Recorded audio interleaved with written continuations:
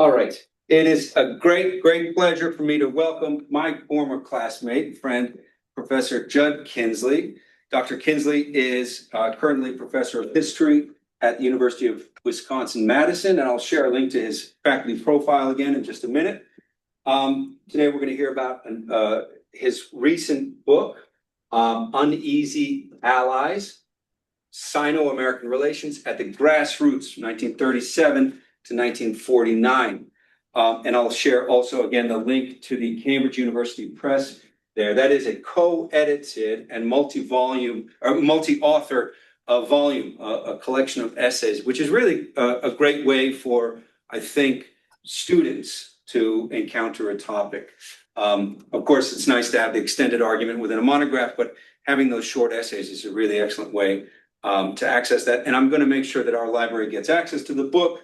And also, I'm going to get my hands on a few paper copies in the coming days. Judd, Dr. Kinzley is a historian of modern China. He's particularly interested in the ways that natural resources define and often limit state power in Chinese border regions. His book, based on his dissertation, Natural Resources and the New Frontier, Constructing Modern China's Borderlands. And that was published by University of Chicago Press in spring of 2018. And it offers a new material-centered perspective on the development of institutions of state power and authority in China's far western province of Xinjiang. And that's how I know Judd as a classmate who is a Xinjiang expert. He and a classmate of him, actually, Justin Jacobs, came through as sort of a pair, a brace of Xinjiang scholars coming through our department. It was really wonderful to have them and have their perspective on such a key topic, a key region in terms of understanding China today. Dr. Kinzley earned his PhD from the University of California, San Diego in 2012. I think that's a year after me, and I think you joined the program 3 years after me, and you finished just 1 year after me. So I think that speaks to a young man in a hurry here. He earned his master's from Washington University in St. Louis in 2005 and his bachelor's from Macalester College in '99. Please join me in welcoming Dr. Judd Kinzley. Well, thanks for that introduction, Professor Murray. It feels a little weird calling you Professor Murray, but that's your title, so I want to stick with it. But it's a pleasure to see you and a pleasure to be back in California, even if only virtually. As Jeremy and Professor Murray said, we both got our degrees from University of California, San Diego, in the PhD program there. So that area of the world has a soft spot in my heart, and so I'm happy to be able to talk to students and people in the community who are still connected to that part of the country, and hopefully I can make my way back through and see you, Jeremy, and others in person sometime soon. So thanks very much for the invitation. I'm really happy to be here.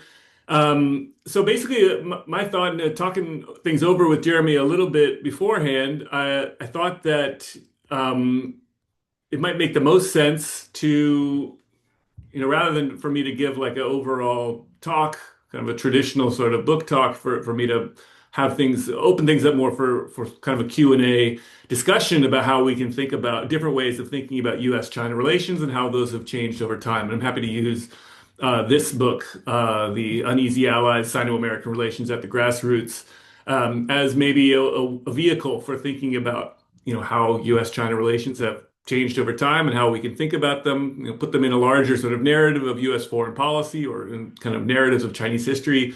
I think it's a good opportunity. So basically my plan then is to give really sort of a brief overview of the volume, and then just to open things up rather quickly and then hopefully have a nice discussion. And I'm happy to take the discussion in whichever areas that people go in. I will say maybe a brief word about my own background. As Jeremy noted, I started off as a historian of modern Xinjiang, as he said, alongside our classmate Justin Jacobs, and we both were working on Xinjiang at around the same time. And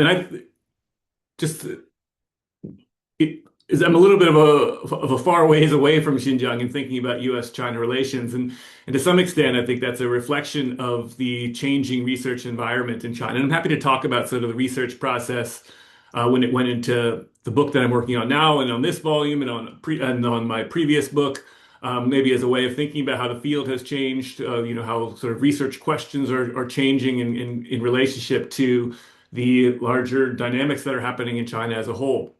But this book in particular, Uneasy Allies, was an edited volume. And this was a volume made up of several scholars, or more than several, 14 scholars, if I'm not mistaken, who are coming from institutions really around the world. And that was something that my co-editor, Zach Fredman, who's an associate professor at Duke Kunshan University, really sought to draw in. We wanted to make sure that we had a large number of people coming from a large number of different places. So we have scholars from China, Hong Kong, Taiwan, the United States, the UK, all sort of offering a different sort of perspective on US-China relations and on Chinese history more generally.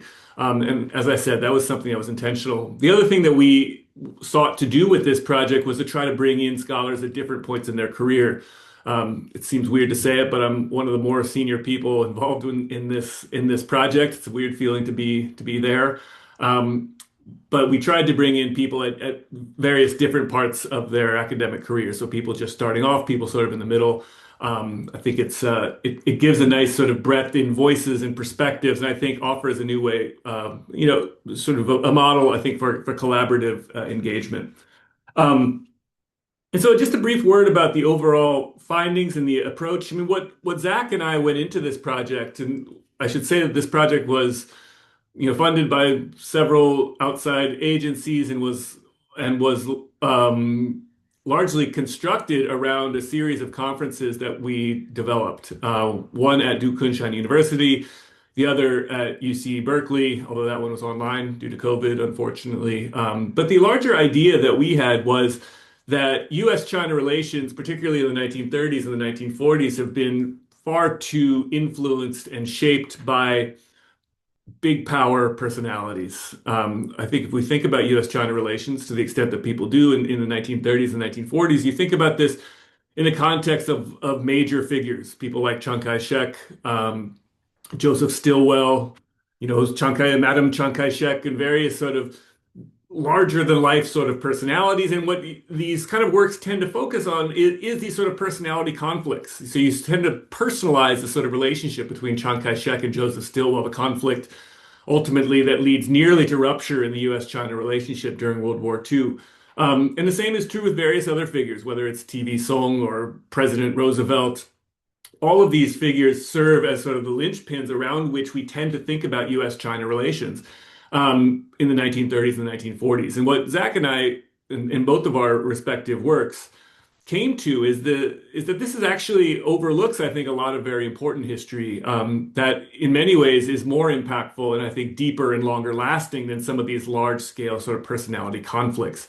And basically what I think what we came to is that the 1930s and 1940s are really a high point of engagement between the US and China.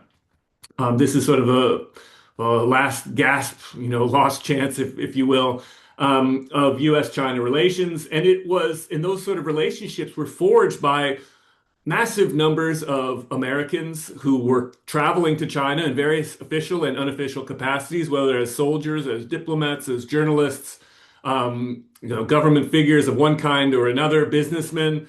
And in the same token, various Chinese who are traveling to the United States. This is a moment of real broad-based engagement between the United States and China. Yet again, that sort of story of this broad-based grassroots engagement of official and sort of lower-ranking official figures and non-official figures is something that's largely not covered in the literature on U.S.-China relations. And so that was sort of a puzzle that Zach and I were working through. And as we talked about putting together a series of these academic conferences, that's what we wanted to focus on, drawing out some of these stories and drawing out some of these individuals who really serve as the linchpins for U.S.-China relations in ways that have long been overlooked. And so if you'll see going through the various chapters that all of the individuals who we focus on in these chapters or that the contributors focus on in their chapters are individuals probably who you haven't heard of before. Individuals who I think play a really critical role in forging U.S.-China relations, but are ones who have been or who are largely anonymous. And so I'll say maybe from my own perspective, some of my own work is focused very directly in the chapter that I publish in the volume, but also in uh, in the current book project that I'm working on. Is my own work is on Chinese businessmen who serve as the critical linchpins in ensuring the shipment of Chinese raw materials to the United States to pay down U.S. loans. These figures and the American businessmen and the American industrialists who are demanding Chinese raw materials, they're critical in this larger effort of kind of bringing the U.S. and China together into sort of this trans-Pacific economic and industrial partnership ultimately that will win World War II. But I think the larger point is that these kinds of figures, whether it's in my case or in the chapters of the book, all of them in many ways, they start off as these kind of informal grassroots relations, but ultimately these grassroots relations become transformed into more institutional ones during the Cold War. And so you have these informal grassroots kind of connections that are developed relatively organically in the 1930s and the 1940s. But during the Cold War, with sort of the crisis and the fears about the spread of communism, these informal relationships become much more formalized. And so that's sort of the larger process and the trajectory that we are focused on in this book, is thinking about how US-China relations go from this grassroots-oriented, highly informal, or driven by a series of informal grassroots actors, ultimately become institutionalized and serve as the foundation that undergirds U.S.-China relations in ways that continue to resonate throughout the 1950s, 1960s, and I'd argue to some extent today. Maybe I'll leave things there. I'm happy to take the conversation in whichever direction people find the most compelling. Happy to talk about my earlier research on Xinjiang. Happy to talk about my current book. It's not out yet, but it's hopefully soon. And also the chapters in this book. Again, I can't, as Jeremy noted at the beginning. I mean, this is an edited volume. Happy to speak to the work in the chapters that are published in the volume. But the research side of things, I was involved in writing the introduction in my own chapter, and like I said, I can think about how they all work together synthetically, if you'd like. But happy to talk about or take the conversation in whichever direction you all find the most productive. So thanks very much again for having me. Thank you, Judd. This is a great, you put some great things on the table, and you also sent me a few notes in advance of topics that you thought would be productive avenues. So I want to just prompt you with a few of those to maybe go into a little more detail on some of the ideas from the way that you framed this and the way the volume came together. I'm even more interested in digging into this. I have a slide that the students saw when we hit our high Maoism unit of the late 1950s and into the 60s. I have a slide that I call the Great Mao Theory, where I put quotes around Mao. So instead of the Great Man Theory, it's the Great Mao Theory. Sort of this idea of problematizing that kind of history and also giving appropriate recognition of the outsized influence that these people have and how they create the conditions by which they can have that outsized influence. And I think Chiang Kai-shek and Stilwell and others were indeed enormously important. But can you talk a little bit about grassroots, about the term grassroots as you use it? I'm reading a little bit now about subnational history or subnational relations that gets into especially states and cities, or states or provinces and cities, and sort of leaders of those subnational political units, which is still kind of engaged in that kind of thing. But can you talk a little bit about grassroots, how you define it, how you use it in the volume, who are and who are not grassroots actors? Yeah, sure. Thanks. That's an important sort of framing question, I think. And I'll say that this is something that Zach and I grappled with a lot, particularly in thinking about, when we were applying for funding for the various conferences that we organized, but also putting together the introduction and choosing which chapters ultimately did make it into the volume. But this kind of the question of what is a grassroots actor and what isn't? I guess you could think of this, and I think there's different definitions of it, but I think that you could think about this as the informal non-state actors. that's not exactly the case that we engage with here. And we try to keep it, we try to bring state actors in, but not necessarily, but state actors not necessarily at the top of the overall state bureaucracy or at the uh, top of the org chart, I guess. And so what I'd like to make sure that I can still include in this is some of my own work in thinking about the individuals who are um, working for the Foreign Economic Administration, people who are part of the China mission in Chongqing, who are connected to these economic agencies, connected to the United States government, but ones who are not necessarily directing policy, but rather who are responding to policy. Because ultimately, it's the decisions that they make within this larger context of the policies that maybe are laid out in Washington or Chongqing or in London, that's sort of where the rubber really meets the road. And I think you can get a real um, sense sense for that from some of the other chapters as well. So Zach's chapter, for example, is about a U.S. officer who ends up stealing originally some Japanese gold after he arrives in Taiwan. And again, he's making sort of choices that he is an official actor in that he's a U.S. military officer charged with essentially accepting Japan's surrender in Taiwan. Yet he is not sort of driving policy, but his impact and his larger sort of actions are ones that have a lot of ramifications. And there's a number of cases throughout the book in which we're focused on some of these state actors who are not sort of at the top of the organizational charts. So that's one aspect of this, and that's sort of one aspect that Zach and I really grappled with, is sort of thinking about these actors who are connected to the state but not necessarily driving state policy. That was something that we're trying to figure out the line for, and I think we got it right, but it was a difficult process. But the other side of things are people who are not state actors whatsoever. I think businessmen, in my context, are incredibly important in driving forward policy and in many ways sort of implementing U.S. government and Chinese government policies in ways that have long-term impacts and ramifications on the policies in both countries and sort of forming these sort of institutional connections.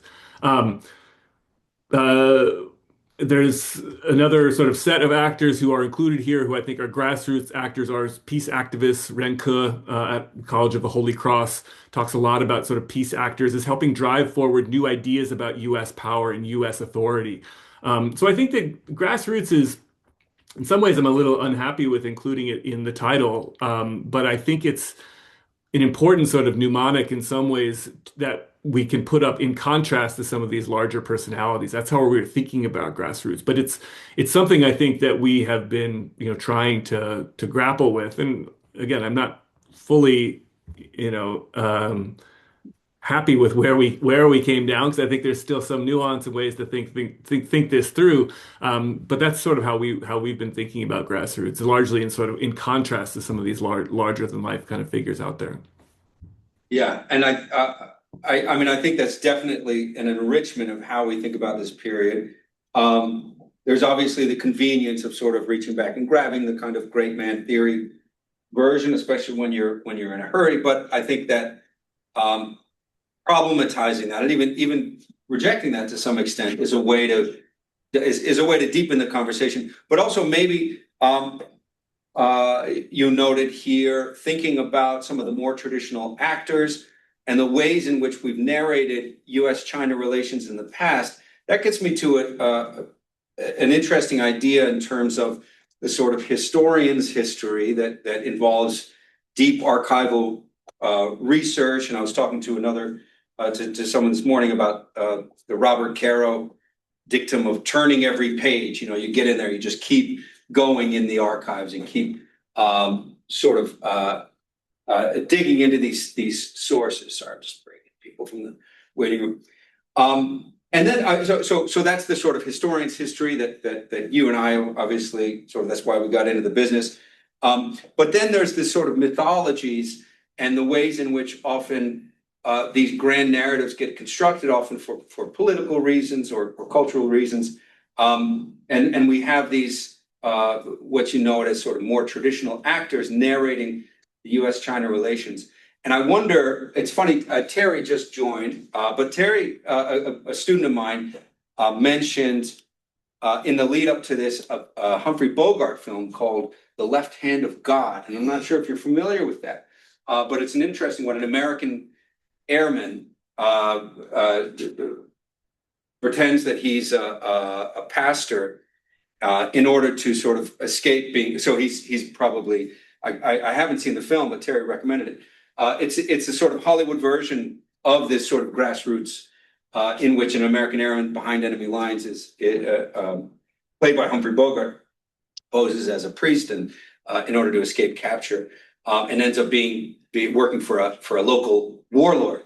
But that kind of thing is interesting because it also reminds me of Pearl Buck and The Good Earth, and the way in which this narrative, there is a kind of special relationship, I think, in Pearl Buck's framing of this between the U.S. and China that is very much connected to the missionary community, as is that film.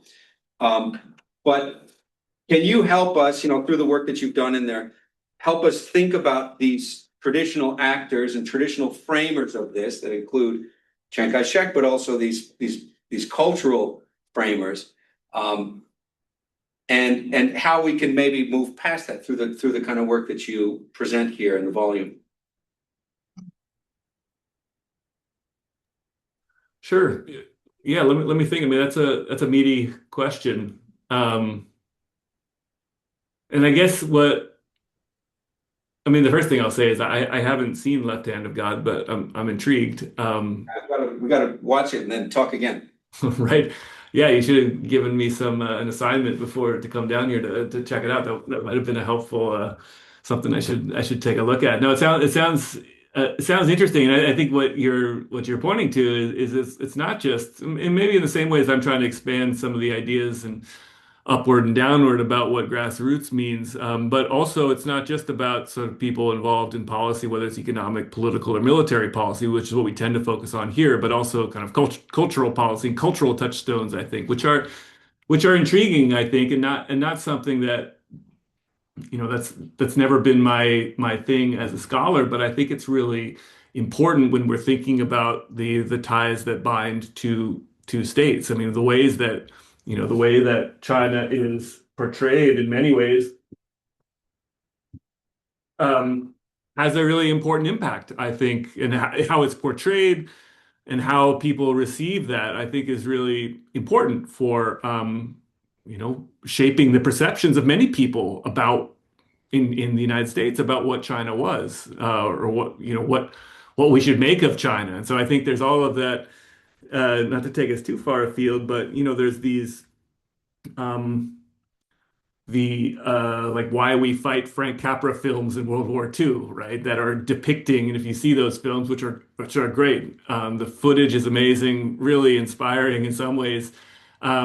But if you see those films, I mean, you can really see how some of the perceptions of China as this country that's being bullied around by Japan, and sort of the sacrifice of the Chinese people against the fascist threat, all of these things really come to the fore in a way I think that's really important and meaningful. So I'm trying to come back, tie that into sort of thinking about some of these the grassroots ties, but I guess like the cultural impact. I mean, whether it's Pearl Buck or, like I said, these Frank Capra films or various kind of perceptions of China, I think are ones that have a broad impact. And so what people who are coming to China, I think in many ways, the airmen who are flying the hump or people who are engaged, in diplomatic missions, what they know about China to some extent is filtered through the cultural environment. It's filtered through the media. And so I think that these are really important factors, I think, in shaping the perceptions that many people who come to China really did have. And there is one of the things that we try to focus on in the book is to think about the long-term impacts of almost kind of colonial mentalities from some of the people, the Americans who are going to China, and thinking about how in many ways their perceptions of China were filtered through. I mean, the United States was a colonial power in the Philippines and Puerto Rico perhaps and Hawaii, and to some extent sort of the British colonial perceptions and the perceptions of Western European colonists in China have a pretty big impact in thinking about how many of these actors who are arriving in China.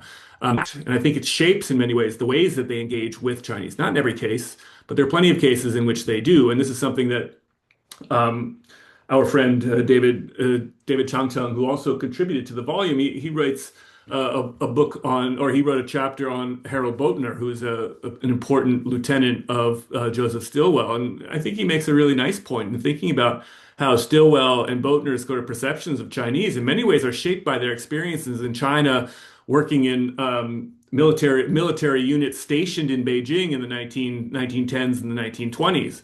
And those are really formative moments, in many ways sort of shape their overall impression and their engagement with Chinese. And so these sort of engagements of the grassroots are rooted in these experiences that are, developed culturally and developed through institutions on the ground. And so, yeah, it's a really interesting question, and I think I'm rambling around it. Hopefully, I've touched on it a couple times.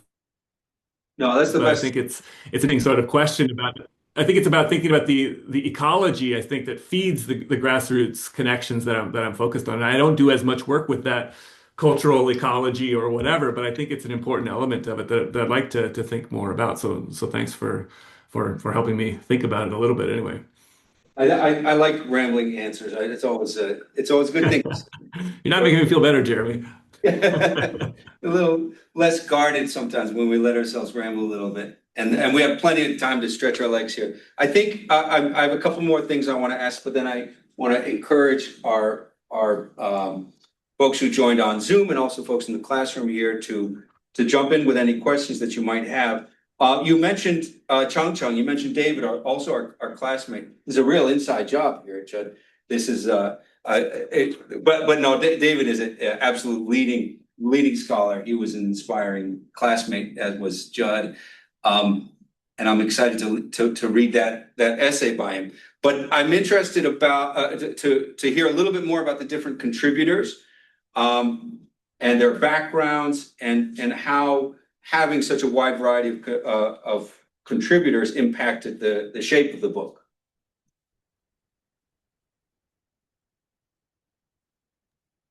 Yeah, I'm actually. We have a pretty large number of folks who came in, so I'm trying to refresh my memory a little bit on the numbers who came through. But I mean, as I said, I mean, we tried to bring in people from a lot of different places, a lot of different institutions. So, our friend David is at the Hong Kong University of Science and Technology.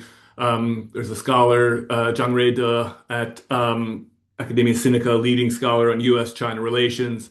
Mary Augusta Brazelton, if you're familiar with her, at the Department or at the University of Cambridge, historian of science. So Zach Fredman himself is a U.S. foreign policy person. And one thing maybe I should say about collaboration is, for me, it was really important to try to bring in someone who is actually knows U.S. foreign policy as a field. It is an important field. It's a distinct field in many ways in U.S. In American history.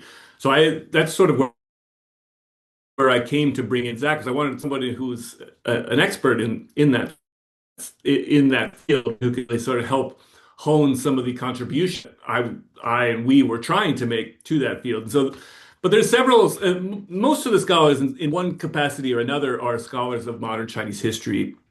Not entirely true, but for the most part, they are scholars of modern Chinese history. Again, at different background, again at different levels. And I think what the hope was in sort of bringing people from different institutions is to have different institutions from different continents and areas of the world, is to have a wide assortment of different perspectives on thinking about U.S.-China relations. And I think that the problem, whether it's critiques from, or whether it's sort of a more patriotic assessments of the U.S. role in the world, or more critical critical perspectives on the U.S. engagement with the world, all of them sort of centralize the United States.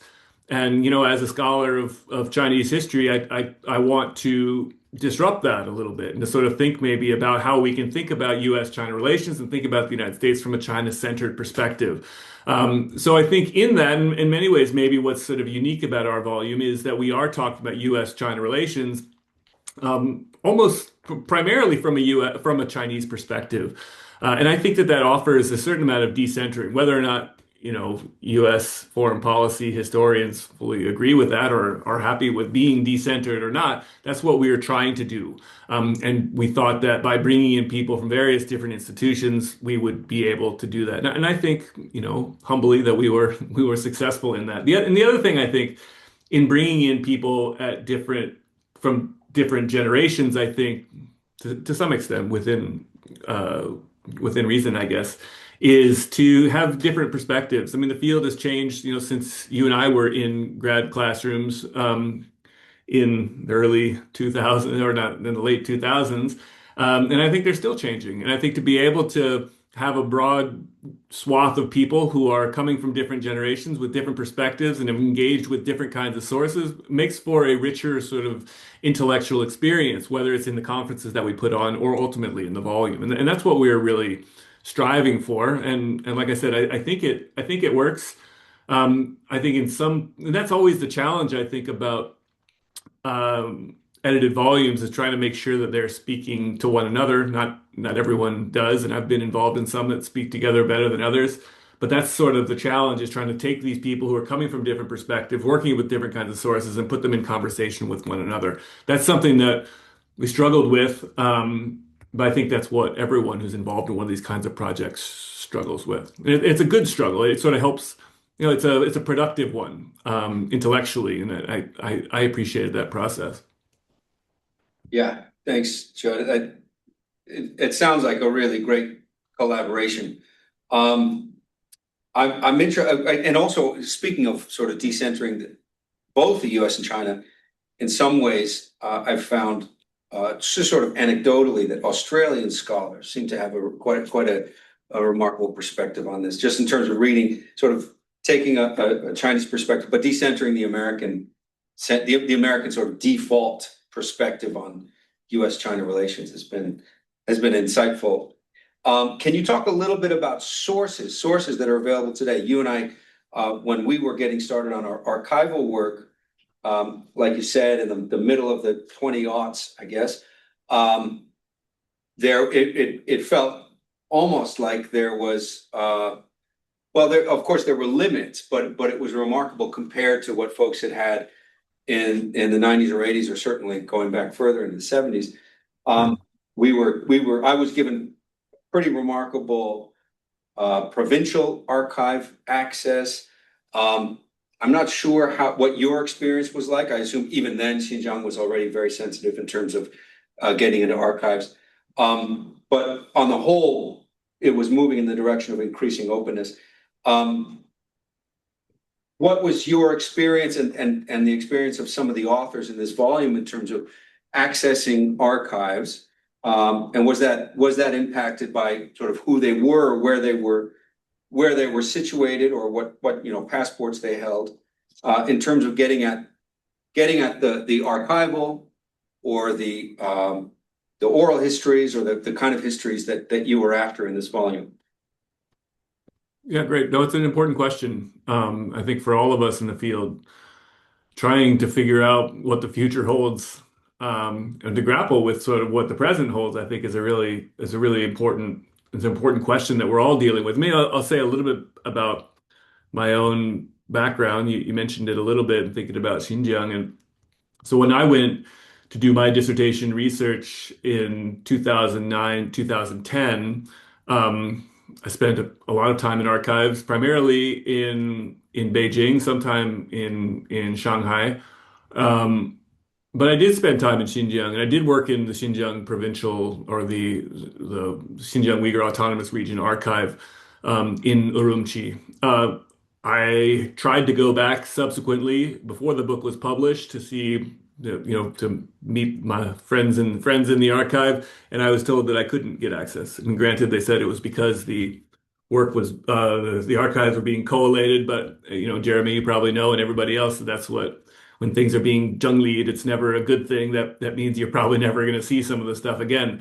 And that was my experience. I don't know anybody that's gotten in since. I'm not saying that there haven't been, but I think that sort of ability to access materials in a place like Xinjiang is highly restricted. And so I was able to get, during that same trip, 2009, 2010, I was able to get access to archival materials um, in the #2 archives in Nanjing, the second historical archives in Nanjing. But subsequently, even those archives, when you talk about the Northwest, you talk about Xinjiang, were restricted, and they were deemed to be too politically sensitive to give me access to them. So things were already not particularly good. And so that's what prompted me in some ways to rethink whether or not I wanted to do another Xinjiang project after I published that book in 2018, and prompted me to think about other ways that I can access archival sources and thinking about China. And what I come to, and the advice that I give graduate students doing work in China today, is to try to think about projects that allow you to tackle China from a transnational perspective. I think that's really important because that is an avenue to be able. I mean, I think it's good scholarship on the one hand, but I think it's also the ways that we can get access to archival materials related to China in a moment in which Chinese archival materials are being increasingly restricted. I was in China last year. I was able to get some access to archival materials, but it's not particularly easy. And I think, as you're suggesting, Jeremy, I sort of thought anyway in graduate school that this is a moment in which the door is opening. In some ways, it seems like it was just a window, and then it was shut pretty quickly after I finished the project. After I finished my project, so it's really hard to say what the future holds. And so that's what's prompted me to think more about these sort of transnational questions as a way to get to other issues that I'm interested in when it comes to Chinese history. To some extent, that's reflected in the first book too. I ended up doing a little bit of work in Moscow in Russian archives that I supplemented in the book. Just because there's certain materials I couldn't get access to in China. I was able to get some material in Taiwan. Um, and But I think for this project and the project that I'm working on now, it's related to the Uneasy Allies project. I really tried to find work, an interesting sort of research question connected to my larger interests that I could answer not only with archival materials I can collect in China, but also ones I can collect in the United States, in the UK, or in Europe. And so a lot of the material for this volume I collected in the National Archives in College Park. Spent a lot of time in the UK, the National Archives, the British Library, the Hoover. In addition to having spent time in the Sichuan Provincial Archives, Chongqing City Archives, Second Historical Archives, which was not particularly productive. And I think that experience that I've had is one that's much more common, I think, for graduate students who've come out since we graduated, Jeremy. So I think that like many students are sort of forced to grapple with some of these questions. And so one of the volumes that's on burying war dead in Chinese war dead largely in Southeast Asia and the campaigns in Burma by Lin Wu, who's at Arizona State. A lot of her work is rooted in kind of archival research in Taiwan, but it's also rooted in archival research in College Park and other places. It's just by necessity. So I think a lot of this work, and the same is true for Zach Redmond's research, who's a real example, I think, for transnational research. But I think that sort of working transnationally seems critical to me in doing Chinese research on Chinese history in general. And so we tried to sort of adopt a transnational perspective on this through the U.S.-China relationships idea. And so many, and all of the scholars who engage are working in transnational archives, and I think that it works. I think for the particular historical moment that we're grappling with.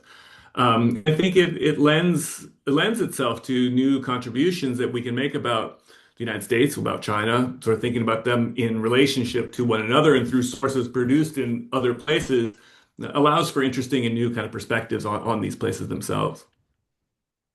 Thanks, Judd. I'm interested in talking about archival access and the ways in which we remember institutionally and nationally, within scholarship, these different periods.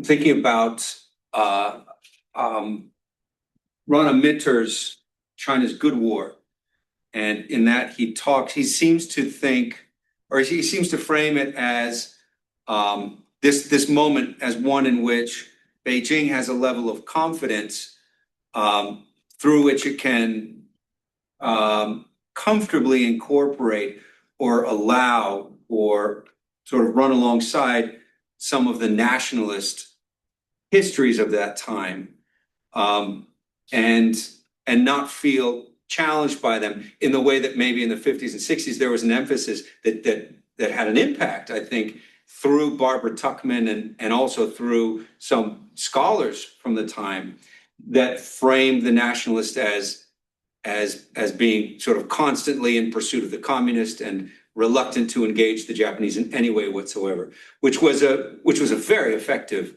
propaganda coup, I think, on the part of the communists. Do you find that, and did you find that in researching this volume, that there's an increasing, not an allowance for these histories to come out, but maybe an increasing tolerance or comfort with a more rigorous accounting of the nationalists in the 30s and 40s because of a far more consolidated and strengthened position that Beijing has compared to 20 or 40 years ago? Oh, I get you. It's muted. Sorry. Yeah, no, that's a great question. And I think I would say, talking to scholars in China, that's part of it. The Chinese Communist Party feels like they are more, they're in a position of authority in a way that they haven't been for a long time, perhaps. But also, my understanding is that it's at least partially about efforts at outreach to Taiwan to find these moments of synergy in which the narratives that are being put forward by the nationalists coincide with the narratives that are being put forward by the Chinese Communist Party. So in some ways, it's sort of a common touchstone that both parties have. And I think the idea would be to find a way to begin crafting a truly national history that is on both sides of the strait. Whether it's sort of a history that's being put forward by the Kuomintang or one that's by the Chinese Communist Party. In some ways to say, the kinds of things that you've learned about in your high school in Taiwan are ones that also resonate with us. And I think that this is not this sort of moment of stark kind of Cold War lines, but to sort of allow for certain kinds of scholarship that leave the door open for an ability to talk about this moment in particular of history and sort of a common enemy in Japan, the common cause of Chiang Kai-shek with with the Chinese Communist Party and that larger goal, right? I mean, it's not to sort of overlook the importance of civil war for the Chinese Communist Party as a narrative. I'm sure you guys have talked about that a lot in your class. But I think to sort of keep the door open for places of commonality between that are happening in Taiwan education system and scholarly community and in China. I think that is something that you see. And I think there is a willingness, in some ways, at the same time, the Chinese Communist Party has become more has become more rigid in how it thinks and maybe more conservative in how it wants to circle the wagons when it comes to Maoist political campaigns. There seems to be more of an opening and an ability to talk about the nationalist period, to talk about Chiang Kai-shek and World War II in particular. I think it's a place where maybe it feels like the air could be a little bit more fresh. And so you do see scholars who are quite interested in some of these questions, and there's less restrictions, I think. Who knows, that could change. I think these things change from year to year. But I think some of that stuff remains relatively open. If you go to archives in China, as you're well aware, Jeremy, you say you want to study the post-49 period, it'll shut the door in your face almost in most every case, not every, but most. Well, if you say you want to study the Republican period, there's sort of room to maneuver, room for negotiation. And I think that's true for Western scholars, but I also think it's true for Chinese scholars. And some of the the intense restrictions on studying things like Cultural Revolution or the Great Leap Forward, you don't quite see in the context of nationalist China. And so I think, yeah, I think there's a space for that there. Yeah, and there's a bigger sort of conversation. I'll be interested in terms of whether there's an aspect of daylight between the KMT and the DPP that could be sort of broadened there, where and that's an old story in terms of sort of cross-strait appeals. But Chuck had a question, and then Riley after that. Okay, Chuck, you had a question about Kishi Nobusuke. You brought Yeah, the Prime Minister of Japan at one time. Uh, You were talking about larger than life players in World War II concerning Japan, China, and Douglas MacArthur. It seems that China had, animosity towards Japan because of war crimes committed by Japan, and the Japanese tried to minimize it. What role did MacArthur play in letting Japanese Class A war criminals not have to face crimes trial? And that same Prime Minister visited these memorials that really made China mad. And in our textbook, it says that Prime Minister was acquitted in trial, but on the website said he never faced it. And I was wondering, if he never faced it, what role did MacArthur play in that? What role did MacArthur play in the trial of Kishi Nobusuke? Yeah, and any, because there were several war criminals, Japanese war criminals, did not face war crime trial. So did he soft pedal some of the prosecutions? Exactly. Sort of post-war? I mean, I think it's an important question, and one that, you see in discussions about comfort women or about reparations, and that remain a real flashpoint in Korean, Chinese, Taiwanese, Japanese relations, even to this day, about who has have the right criminals really paid the price. It's a critical question, I think. And like I said, I mean, I think in South Korea today, many people say no. There's too many people in Japan, whether it's Japanese corporations that should be held accountable for their role in fueling the Japanese war machine, or whether it's Japanese politicians like ultimately the Prime Minister Kishi, who is kind of let off the hook. My understanding is he wasn't charged, but I could be wrong. And I think that to some extent, I mean, or to a great extent, that was the policy of MacArthur, so of SCAP in Tokyo, to try to say, we know who the criminals were. It's Tojo Hideki and certain militarists. We also know, so I think the result is, and this is the problem coming out of any war, like when you think about collaborators, right? How do you when many people were possibly involved in collaboration, how do you draw the line between a true collaborator and a war criminal or whatever? And so I think that for the United States government, they were busy trying to make a strong ally that could support them against communism. And so they want to say, all right, we got the bad guys, they were executed, and now we're going to move into a new and brighter future. I mean, it's the same thing that Charles de Gaulle says after World War II, essentially saying we were all the resistance. Well, it's totally BS, right? There's plenty of people who collaborated with the Germans in France, yet de Gaulle is saying we're all, because they're trying to move forward. And I think and the same thing is happening with SCAP in Tokyo, is trying to sort of make the case that we've got the bad guys, everyone else is good. Now let's sort of move off into a rosier future and fight communism together. But these are kind of debates about who should be held accountable that continue. They're happening in China, and there are several very large war crimes trials that happen in China. Interestingly, a lot of those war crimes trials get sort of the news about war criminals gets tamped down in the 1950s and the 1960s as China wants to forge better relations with Japan. And so they say, well, we don't worry about that stuff. Then it comes out again after in the 1990s, when sort of there's seen to be opportunities for the Chinese government to be able to make a clear case about war crimes trials and thinking about culpability. But these are hot button issues that don't ever really go away. And like I said, I think we're grappling with them currently to a large extent. Thanks for the question, Chuck, and thanks, Judd. I do want to respect your time because I know it's getting to be close to dinner time in Madison there. That's okay. So we might have a few questions. Riley, you had a question? So this may seem silly, but not having access to the archives, does that make it harder to research what really happened, not what the country is trying to propagandize? Mhm. That's a word? Yeah. I think that's a word.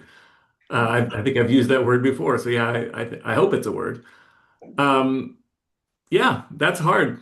It's hard to try to get the real story. I mean, that's what history is about, though, is trying to find the way to get to the real story. And I would say that just because you find stuff in the archives, just because you have access to the archives, doesn't mean you found the truth, right? Everyone, you can look, you should question all of the kinds of sources you get. I think that as historians, and I certainly have been in this position before, I think we really tend to probably put too much weight on government archives because it takes so much work to get in there and find the stuff, and then we can sort of point to the smoking gun that we found in the source, and that's very pleasurable, you know?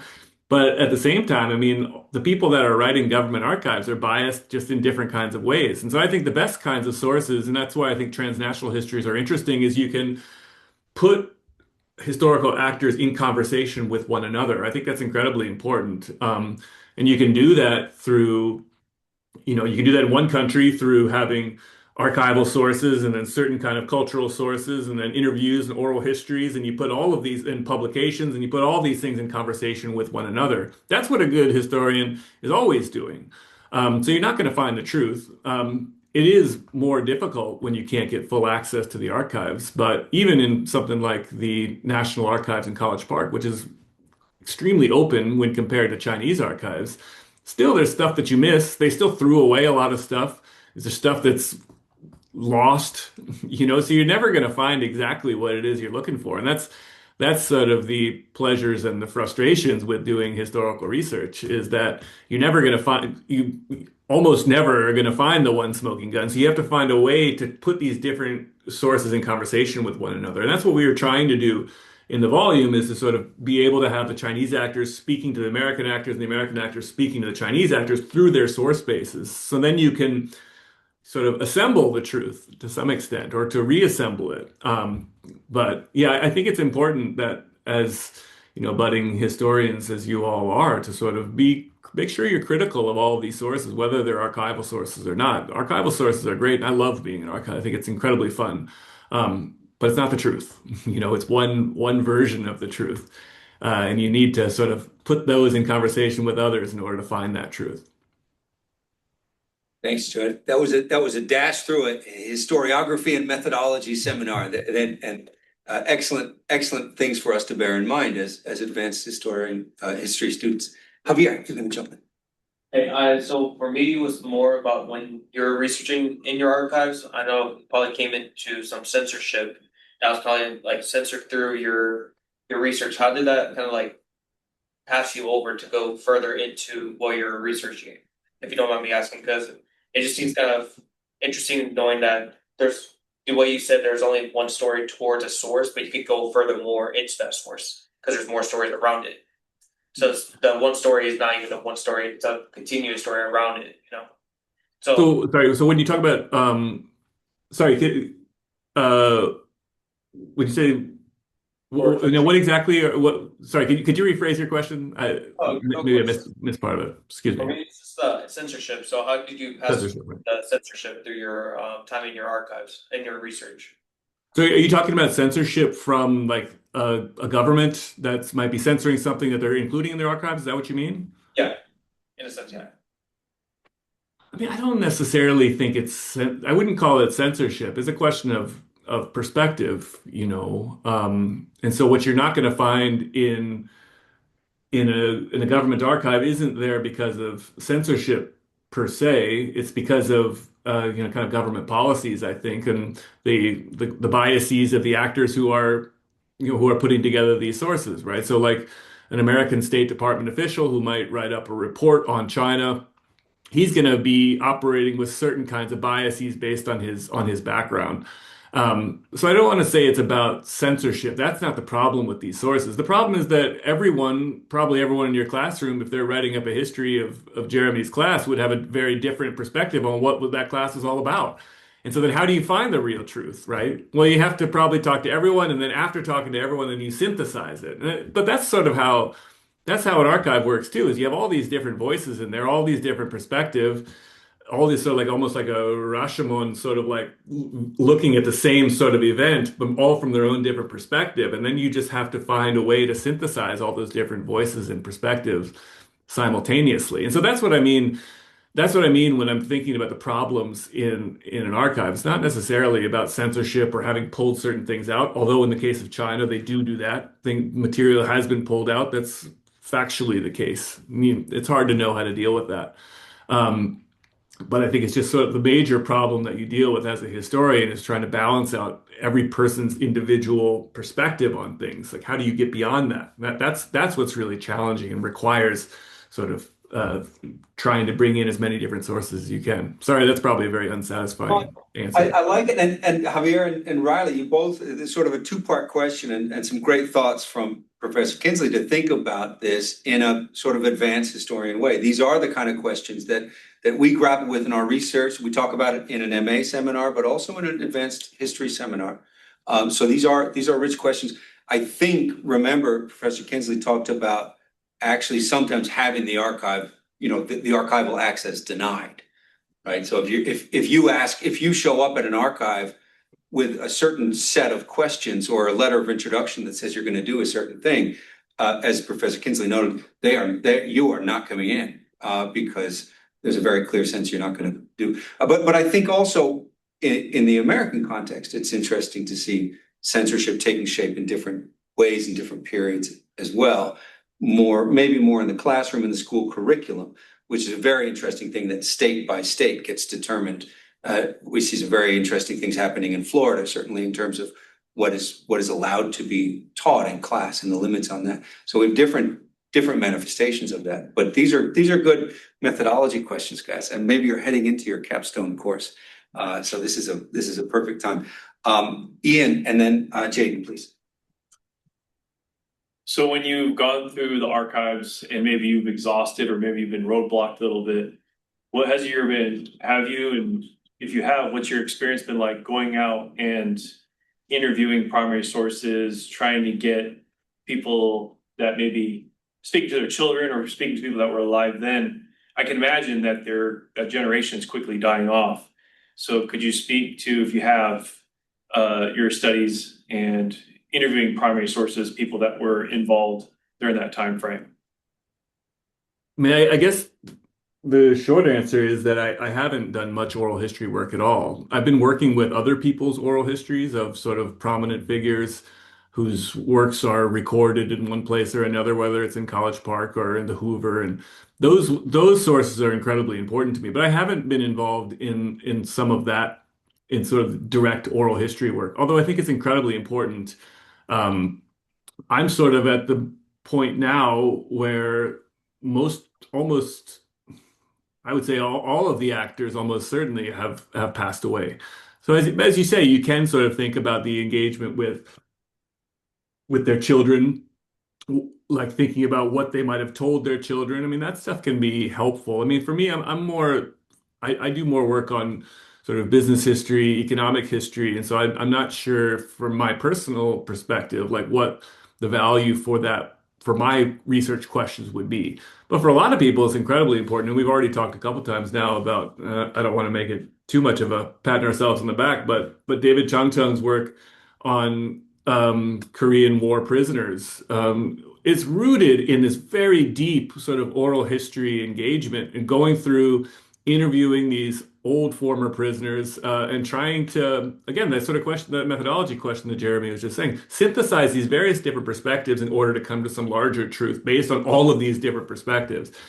It's incredibly important work, and I'm so thankful for David for doing that work. He's trying to do a project now that's focused on some of these World War II translators as well, which is amazing. But these guys are 100 years old, literally, at least. And so it's sort of a race against time depending on what your project is. And I think it's really important work. And I'd encourage anyone who has any interest or whose work might touch or engage with oral history to do that work, because I think it's, like I said, I'm drawing on the work of other oral historians, and for me, it's critical, and I'm very happy that people have done that work. And so I'd encourage you, if you have the interest and the time for you to do it. And that's actually something for my classes. I try to encourage students. If you have final projects, I always tell particularly Chinese students who are, when teaching my modern Chinese history class, interview your grandparents, bring that stuff into the classroom. I mean, even if you can't find a ton of stuff, or you're not super happy with a final project, or you do interview them, you'll have that stuff, and you can, for your family history, but also thinking more broadly about your own history. I think it's super important, and I'd encourage you to do it if you have the inclination. Yeah, absolutely. And there are some great oral history collections or recorded oral True. history, which likewise are to be treated with intelligence and sensitivity in terms of who recorded that and what way they recorded that, just as you have to think about your own positionality talking to somebody. But those are exciting sources. I think they got some terrific ones at Columbia, and of course the famous Wenshi Liao collection, which is quite curated, but also has some amazing stuff in it. Absolutely. Jaden, a question, and then we're going to move toward wrapping up.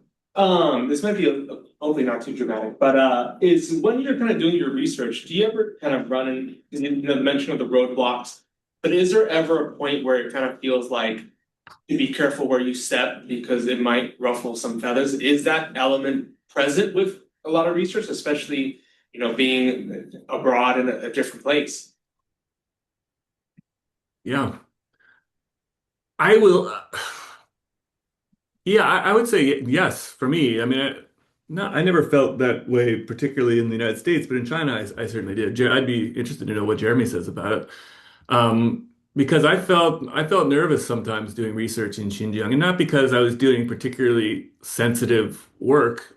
Just work on Xinjiang was sensitive, and so I always felt a little apprehensive about getting myself in trouble, but also getting the people that I knew in trouble. And I think that's a really critical thing that I try to think about a lot, because I mean, for me, I'm not doing anything so sensitive that I'm going to end up in prison. Let me knock on wood. Uh, Things can change quickly sometimes, I suppose. But what I worry about is the people who I work with getting in trouble by not people have given me material before that would have been seen as being sensitive in some capacity, and I don't want to get them in trouble. And I think for oral history, that's a really important element of this, is making sure that you're aware and that they're aware that they might say things that could be politically sensitive and could land them in hot water. And I think that we all should be sensitive about that as historians. So I think that being a historian, you're sensitive about different perspectives, but also thinking about the people that you're engaged with, because there can be real consequences for the people that you're interacting with, particularly in authoritarian places like China, and in sensitive regions like Xinjiang. But also, you're there's there are cases of people getting in trouble for doing work that's not even on Chinese border regions, but on moments like the Great Leap Forward or whatever. And so people, yeah, I think it's really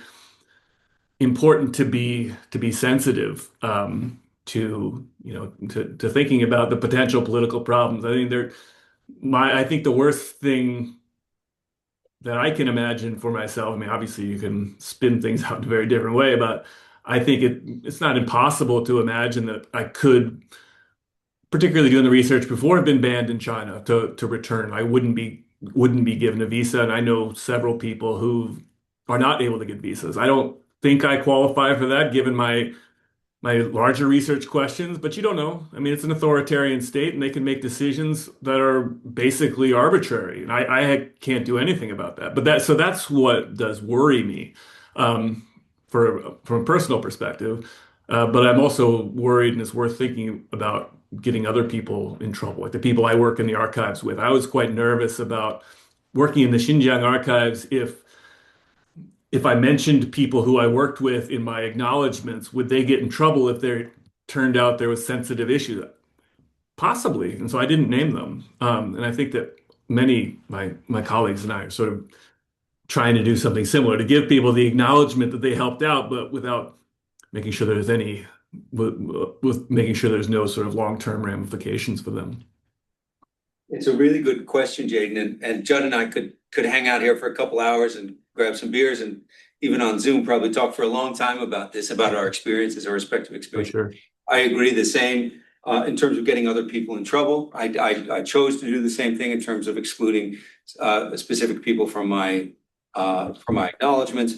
Although I also like Judd, I wasn't aiming to set the world on fire with my thesis or the book that followed. We were aiming to do sort of more, sort of diligent, precise, and almost plotting kind of history. This is going to move the thing forward a little bit and contribute. But that is a consideration, and I think again it carries on Riley and Javier's sort of methodology questions, because as historians, there is a level of humility that you have to bring to your work, and it's a little bit different. I was speaking with a journalist earlier today. And he was working a little bit like a historian. I praised him because he was so sensitive to sometimes journalists can be a little famous for being very brash. And going in, they have maybe the legal department of a major publication behind them, and they're cleared to do certain things. Whereas scholars move with a little bit more sensitivity and a little bit more awareness of the damage that they might do. We're not out to get a scoop, right? We're not out to set the world on fire with our findings. For the most part, we're part of a community moving forward an intellectual project, and that's very different from somebody who is trying to be above the fold on the newspaper that day, right? So I think considering that, I take the same approach as Judd, as Professor Kinzley, in terms of thinking about who you're talking to and deferring to them. So if they sort of boldly say, yeah, you can use all this stuff and definitely cite me, and that you can then take their lead. But again, knowing that the context can change pretty fast. There's a lot to talk about. Judd and I have a lot to catch up on, and this is just scratch the surface. So I look forward to talking with you again, Judd. And I hope everybody gets the book. I'm gonna at least move toward getting the library having ebook access, and I'm gonna very strongly encourage everybody to take a look at these essays. These sort of contributed volumes are a wonderful way to get into this kind of a deep dive subject, because you can have so many different perspectives and so many awesome scholars that as Judd noted. Thank you, Judd. Thank you, Professor Kinzley, for joining us from Wisconsin. Any final thoughts? No, I just want to say thank you. Thanks, Jeremy, for the invitation, and thanks to all of you for listening and for the really thoughtful questions. It's always a pleasure to talk about how history is done, in addition to sort of like what I've found, but thinking about process, I think, is really fun and interesting. And as Jeremy said, we could probably talk all day about it, and it'd be a great conversation. But I appreciate you all sort of giving me the opportunity to talk about it here with you guys. And so I wish you all the best as you go down your own historical research road. So thanks so much for that. Thank you, Judd. Thanks, everybody. Really appreciate it. I appreciate it, Judd. Take care. Thanks, everyone, for joining. Bye. I'll talk to you again soon.